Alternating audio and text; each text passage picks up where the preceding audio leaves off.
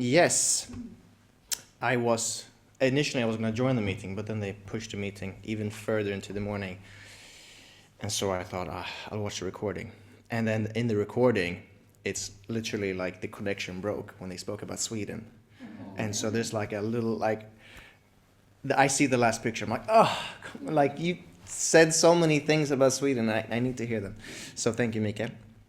Yes, so I thought I would give a kind of testimony style of sermon today. I think some of you have been following us in Korea. Daniela, she's very good at making vlogs.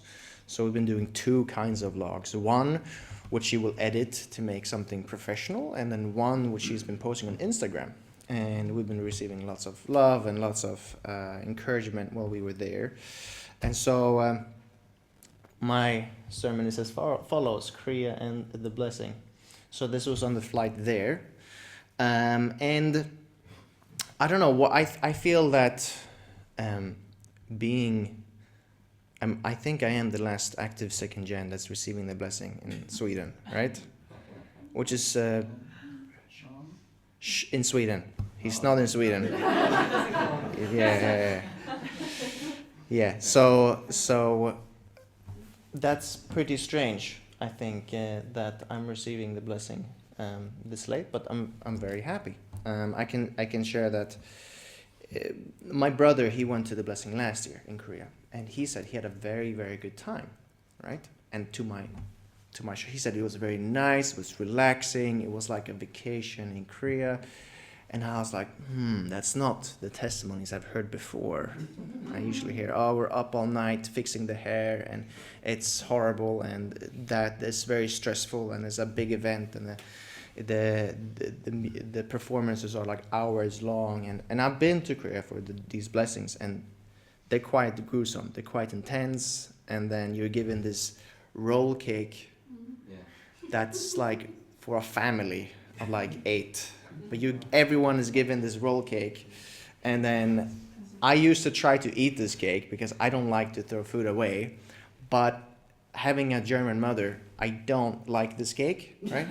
Like I was sharing with the missionaries yesterday, like I've been spoiled having a German mother because she makes great cakes, right? And also, I'm married for all the holidays. We have like a certain standard of cakes, and this roll cake falls way below that. So my impression was expecting a little bit that, but then I remember what my brother said. It's like, just take your time, make it yourself. Also Nina said, focus on yourself. Like we received quite good advice going there. So we thought, okay, well let's have a nice time. And so I wanted to prepare my first slide. Is dedicated to Anne-Marie. This is a coffee that we had in. So we were also in our vlog, we were rating the coffee over there. And I want to add that that's corn on the coffee. Korea. That's corn. Mice. Yes. Not English mice. Corn. So Swedish mice, English corn. And so that's it's in there because I want to show you how wild their culture is of coffee. But so I was rating the coffee, and mostly it was 1s and 2s, out of 10. But sometimes they were really good. Like we went the first night, we had a really long flight, and we came to the center where we were gonna live, because whenever I travel, generally I stay at the church accommodation, and we get there, and I've forgotten that Korea is different from Europe. So we get to the center, and it's literally just dirty, and it's a mess, and I get in there and I'm like, can we leave? Can we go somewhere else? We can't afford something nicer than this, right?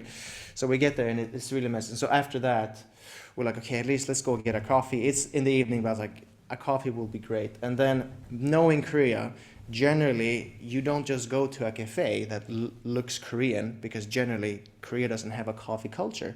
But then I was like, let's go there, and I was like, I don't care, let's have a coffee. And it turns out to be really good. So the good news is that Korea has gotten a lot better at making coffee. So applause for Korea. Whoa. However, Chongpyeong coffee is still bad. So yeah. Where the coffee shop, I gave it a 2. I gave it a 2 out of 10. I don't know where you got your coffee, but my coffee was bland and it wasn't very good. Yes. So this is me smiling there before drinking the coffee. Yes. All right. So moving on. So what we did is that having had the missionaries in Sweden and in Prague, we had quite a lot of people that we could meet. So there's me and Daniela, and then there is 2 Czech sisters to the left and in the middle, and then Munson, right? And then there's a sister that's stayed in Czech Republic. And so sadly, most of the missionaries that were here, a lot of them were Japanese, and they were in Japan, and 2 others were working. But I got to meet Munson and Wonsock, which was really nice. And so we managed to pack the first day, the first full day. We met 8 different people that were coming in and out in our tours in Korea. And here we have some patbinsu, very nice. And then we took those pictures there. As you can see, there's a very sisters kind of day. It's me and a lot of sisters. So the activities were more that way, but we did have barbecue in the evening, which was very nice. Yes. So then after 2 days in Seoul, we went to Korea, and here you can see, that means to Chongpyeong. That is what we refer to Korea, don't we? Chongpyeong. When you go to, a member says, I'm going to Korea, it's like, to Chongpyeong, right?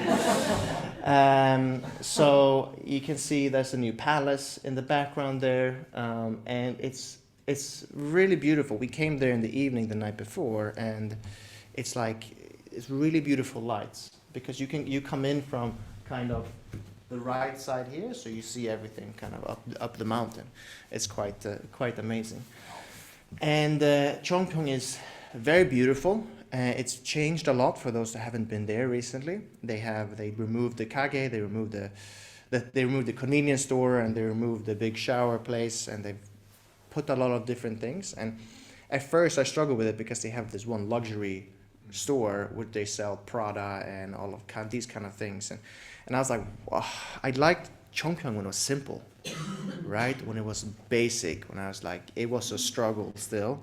It wasn't living in a tent like some of the older generation here has experienced, but it was still somehow basic. So now, but this time I realized it's to accommodate more kinds of people, because they have now everything, some that one could ask for, right?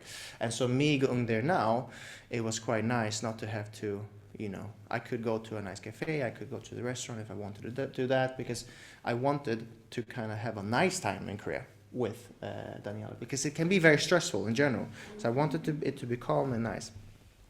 And so the blessing came.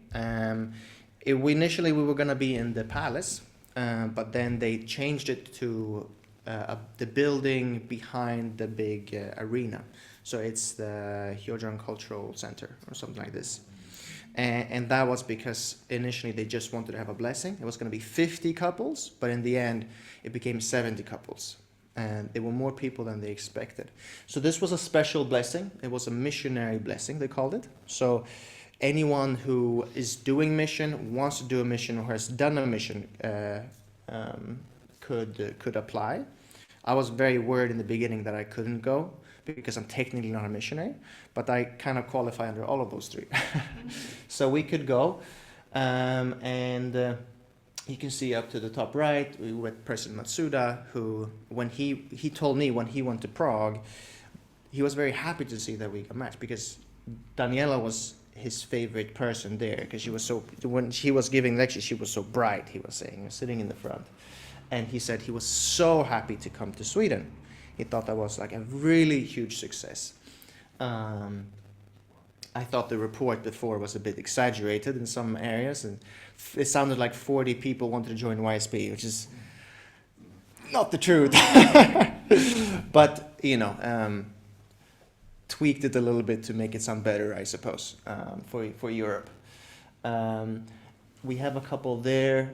We really like this couple. They is Italian brother and a Hong Kong sister, and they're gonna do mission summer. So she has done SDF already, but they wanted to do this blessing together to do mission. I thought that was very admirable. I think that's very beautiful, to start your marriage life together in such a way. And so me and Daniela, we had the privilege and the honor. We were chosen to be a representative couple. And so you can see to the bottom left, he's kind of explaining how you're gonna walk. This is the whole room, right? And we're sitting in the top left corner there, in the blue. We're number, what is it, 6? Almost 7? 7, we're number 7.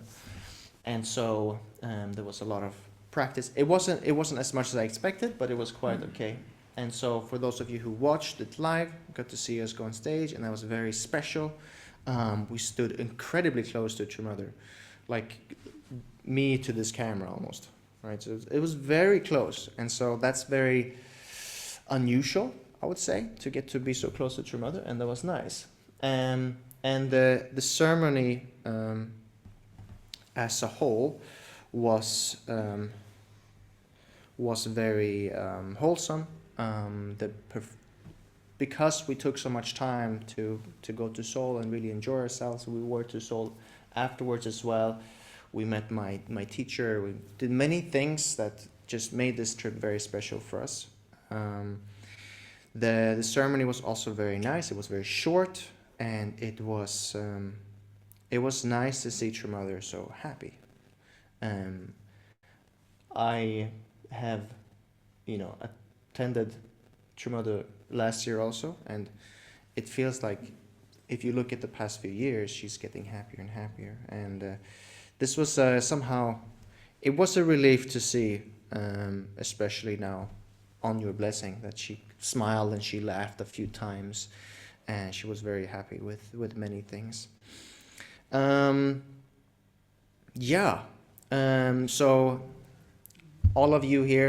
almost all of you here have received the blessings. You know what it's like. But for us, it was quite the ordeal to go. We were afraid we wouldn't be able to go to the blessing this year. They initially said there wasn't going to be any, and so we're very grateful, and we want to say thank you to a lot of you here, because we received a lot of love and support during our time there. It wasn't always easy, also in Korea.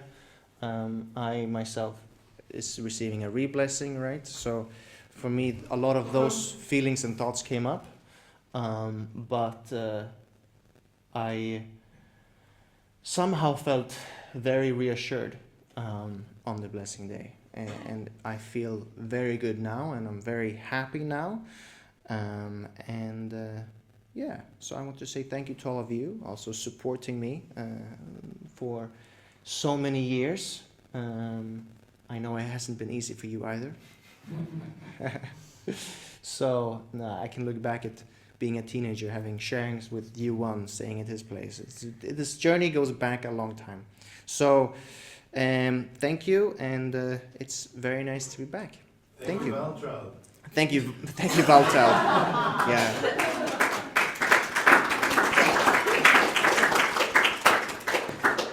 Thank you.